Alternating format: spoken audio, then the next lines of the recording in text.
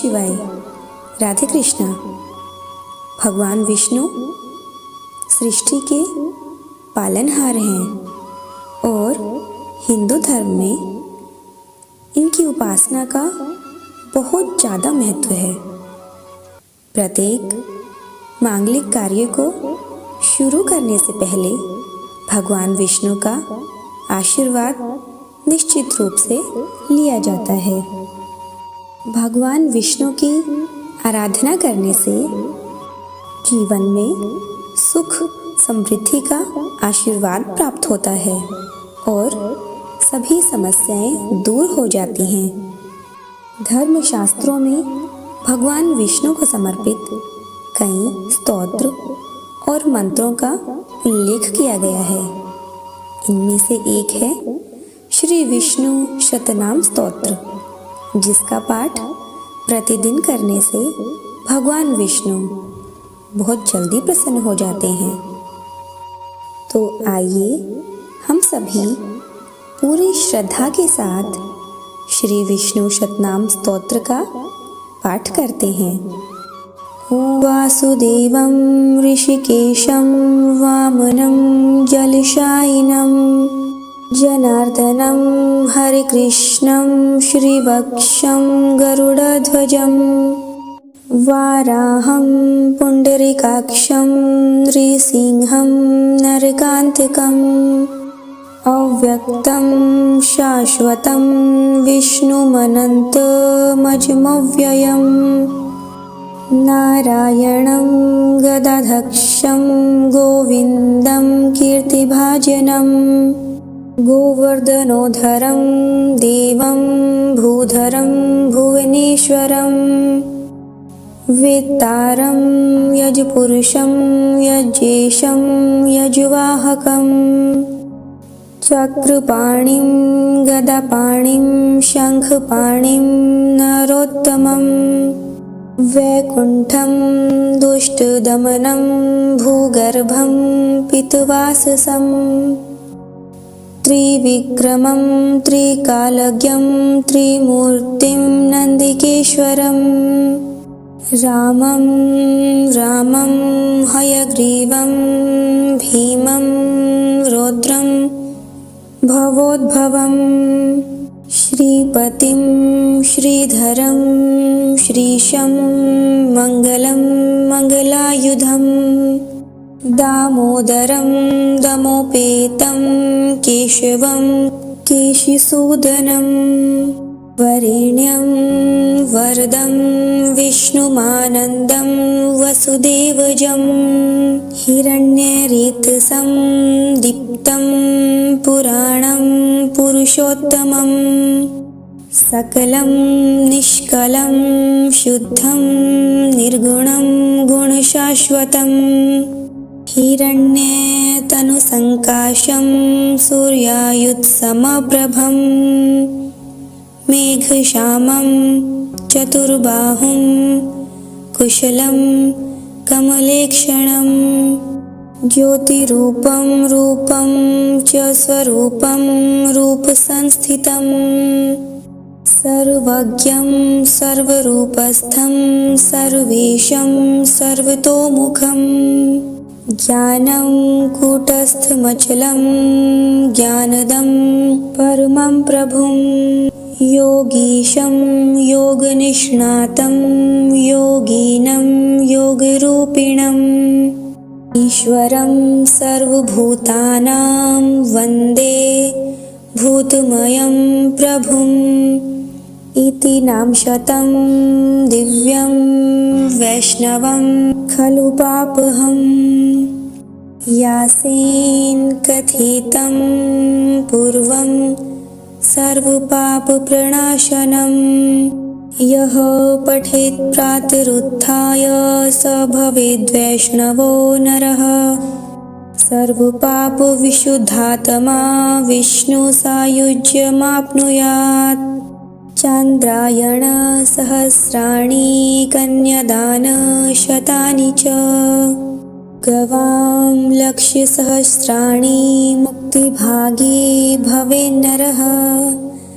अश्वमेधायुतं पुण्यं फलं प्राप्नोति मानवः। ॐ वासुदेवं ऋषिकेशं वामनं जलशायिनं जनार्दनं हरिकृष्णं श्रीवत्सं गरुडध्वजं वाराहं पुण्डरीकाक्षं नृसिंहं नरकान्तिकम् अव्यक्तं शाश्वतं विष्णुमनन्तमजमव्ययम् नारायणं गदाधक्षं गोविन्दं कीर्तिभाजनं गोवर्धनोद्धरं देवं भूधरं भुवनेश्वरं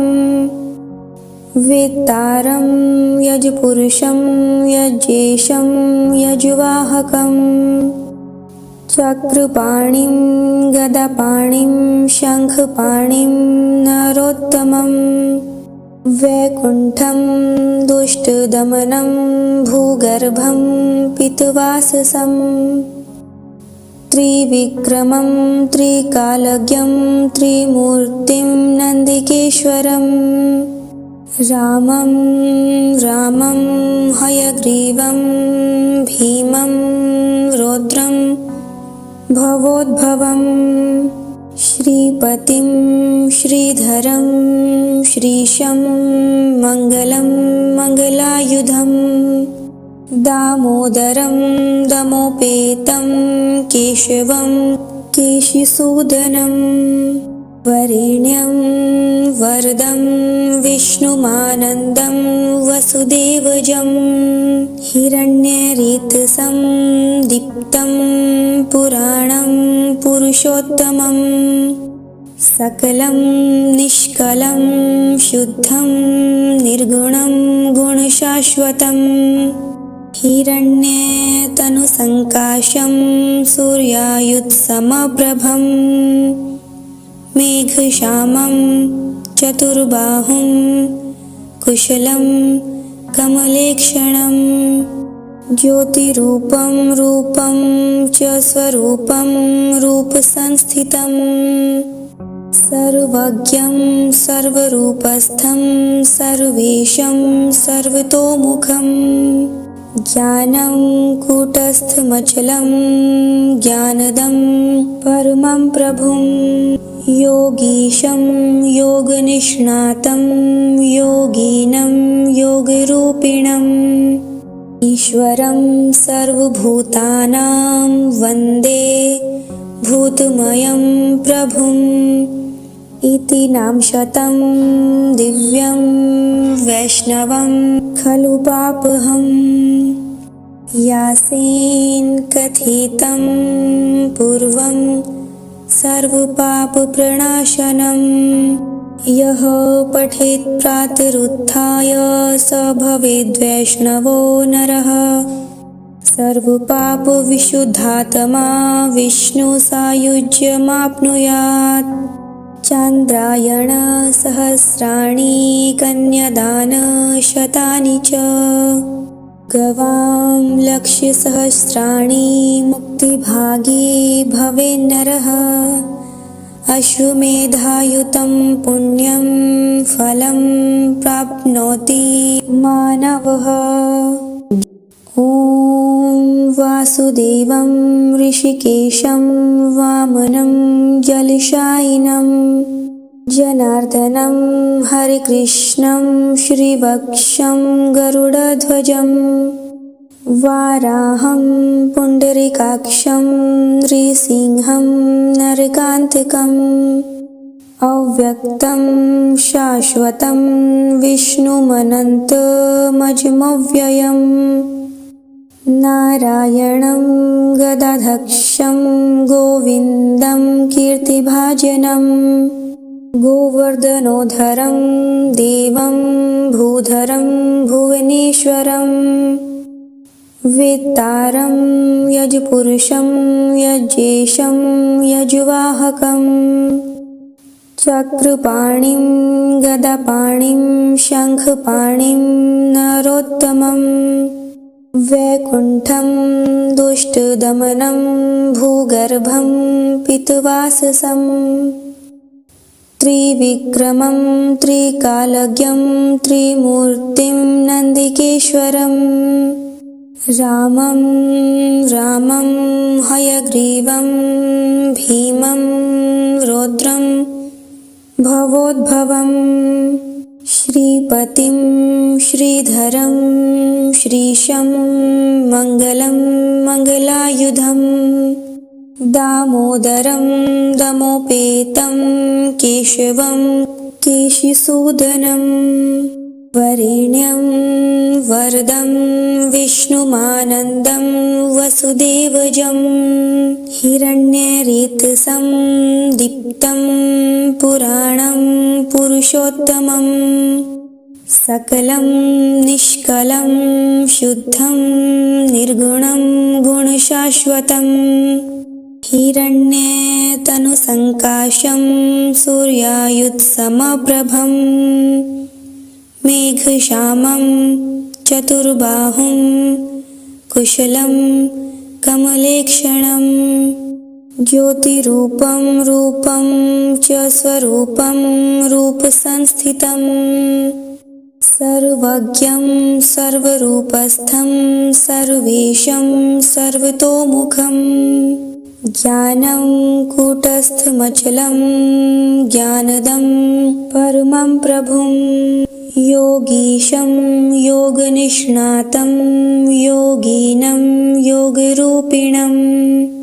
ईश्वरं सर्वभूतानां वन्दे भूतमयं प्रभुम्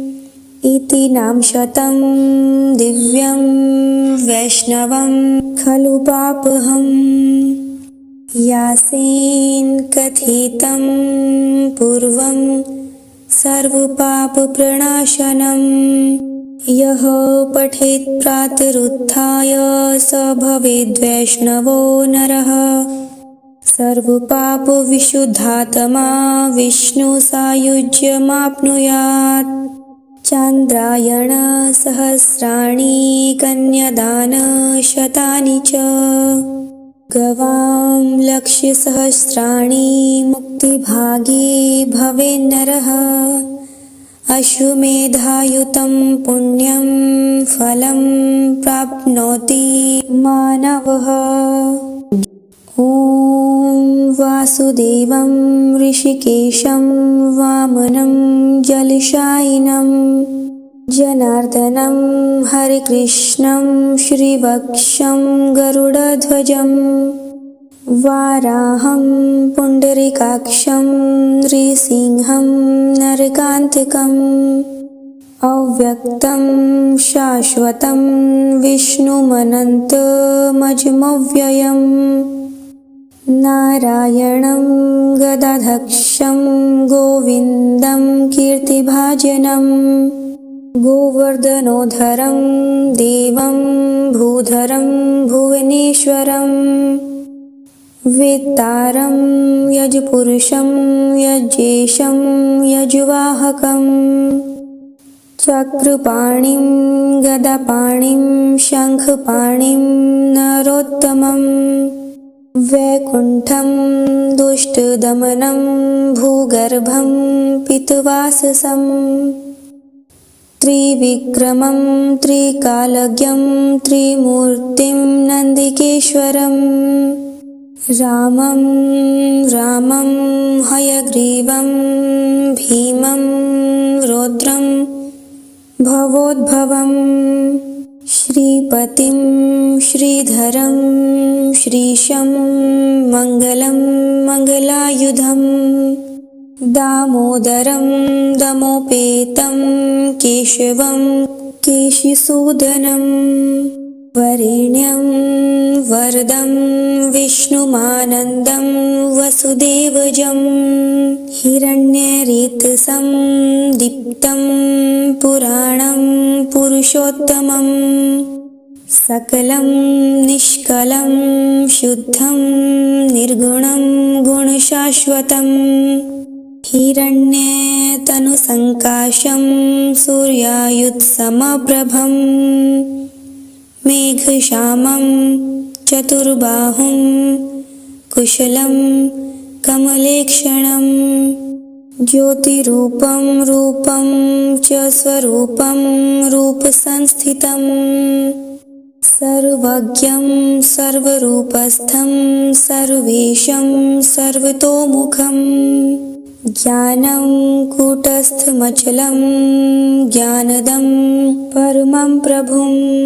योगीशं योगनिष्णातं योगिनं योगरूपिणम्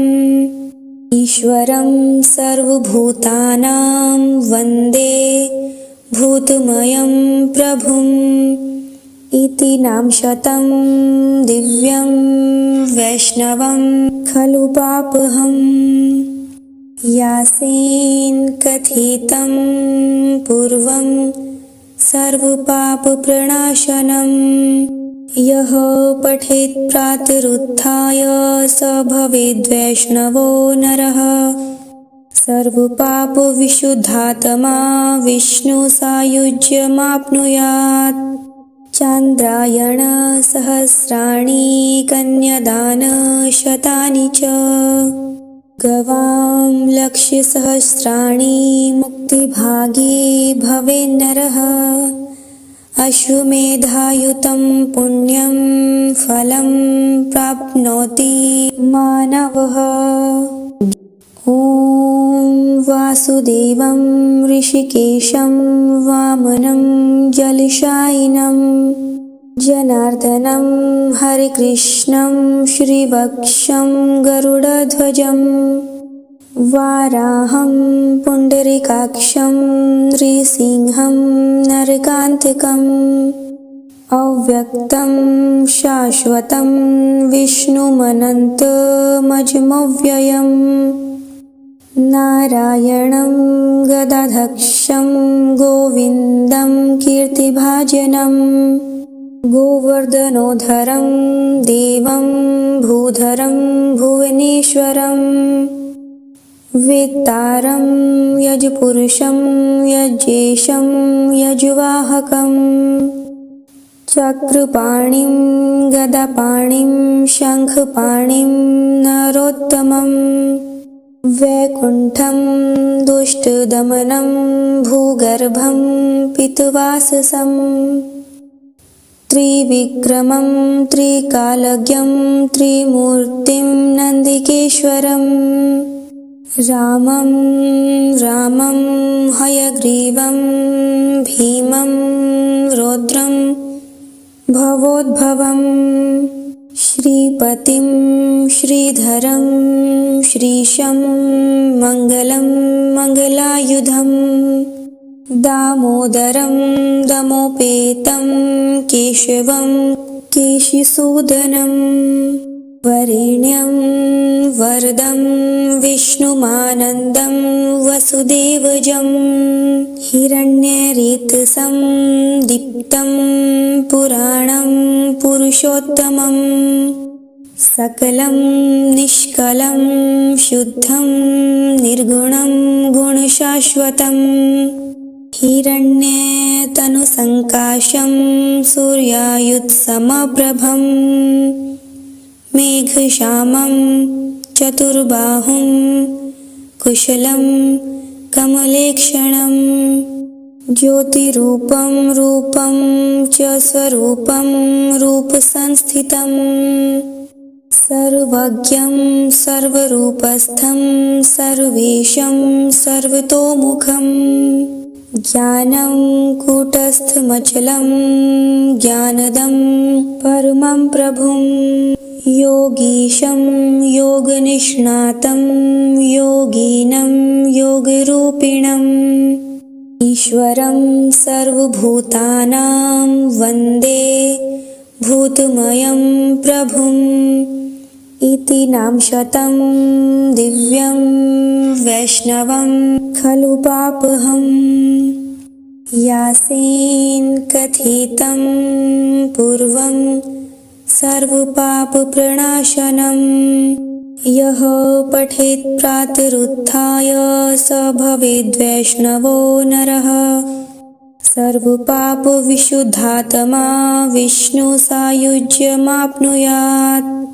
चान्द्रायणसहस्राणि कन्यादानशतानि च गवां लक्षसहस्राणि मुक्तिभागी भवेन्नरः